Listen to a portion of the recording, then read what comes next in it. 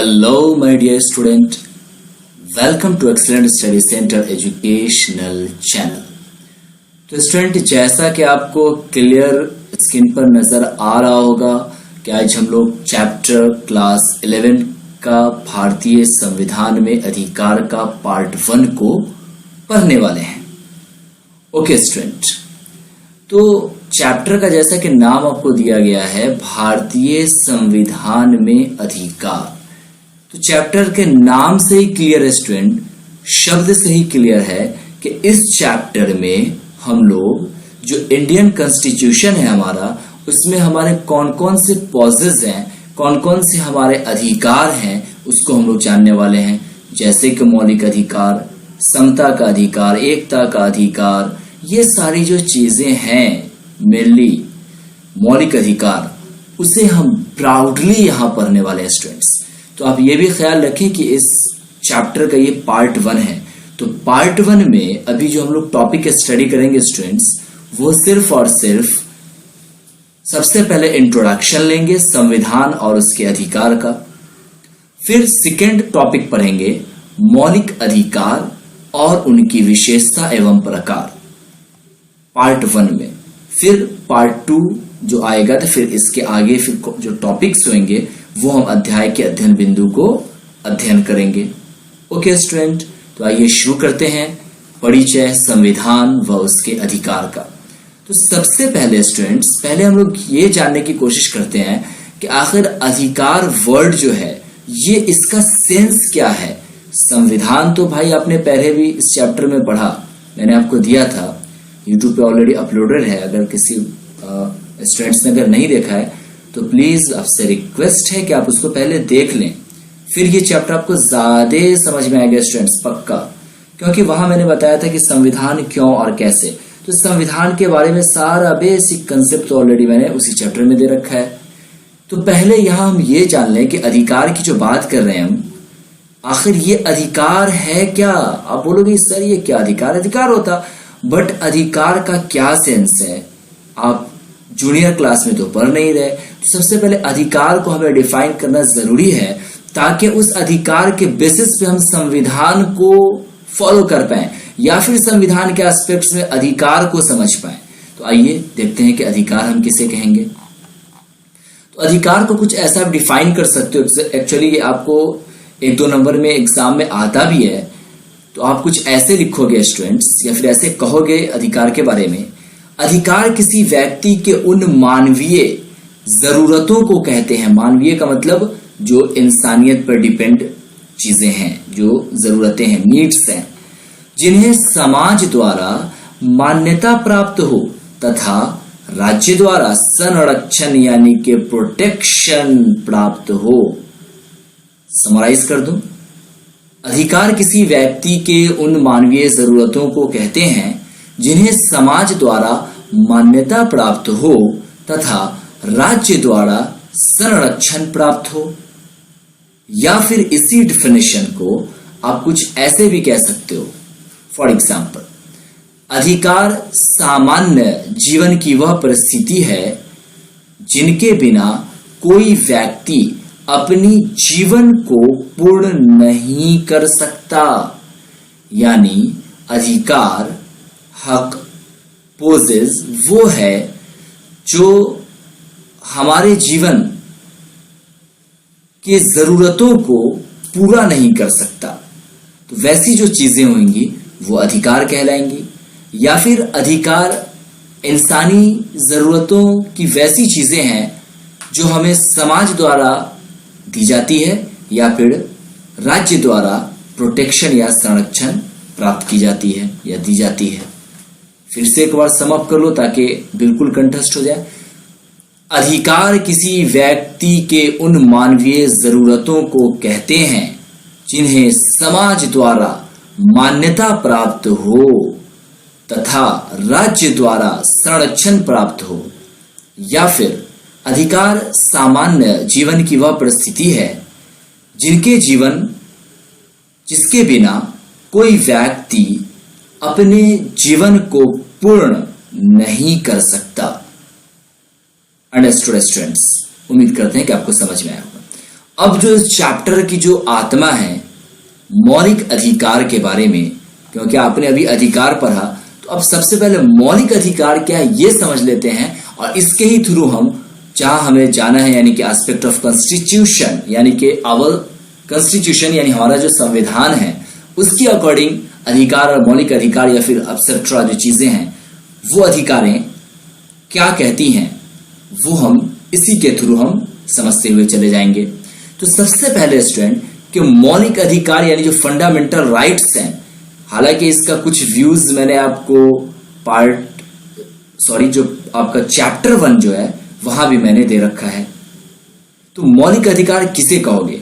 Broadly और एक systematic language में आप इसे ऐसे कह सकते हो स्टूडेंट्स कि मौलिक अधिकार वे अधिकार हैं जो किसी व्यक्ति के व्यक्तित्व के विकास में सहायक होते हैं, यानी ह्यूमैनिटी के डेवलपमेंट में हेल्पफुल होते हैं।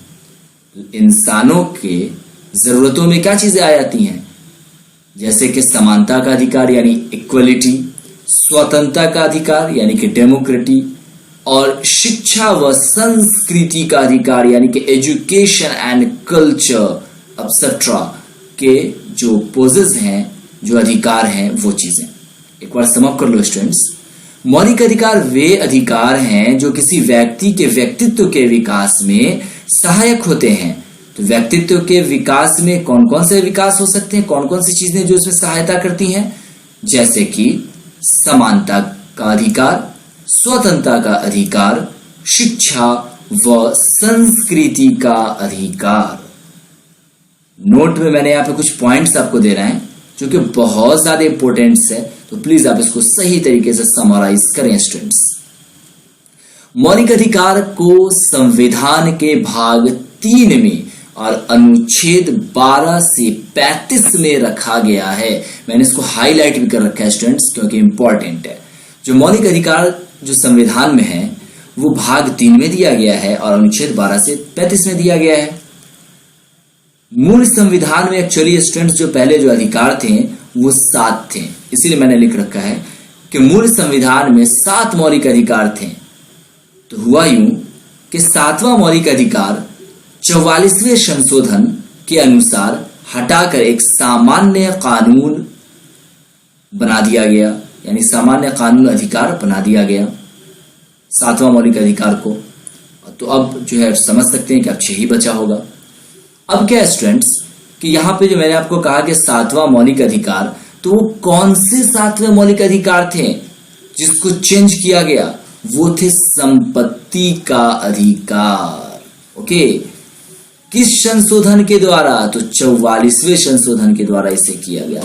कब किया गया? तो 1978 में स्टूडेंट्स। एक एक चीज को यहाँ पे समराइज कर दिया गया स्टूडेंट्स, कुछ भी कमी छोड़ी नहीं गई है स्टूडेंट्स।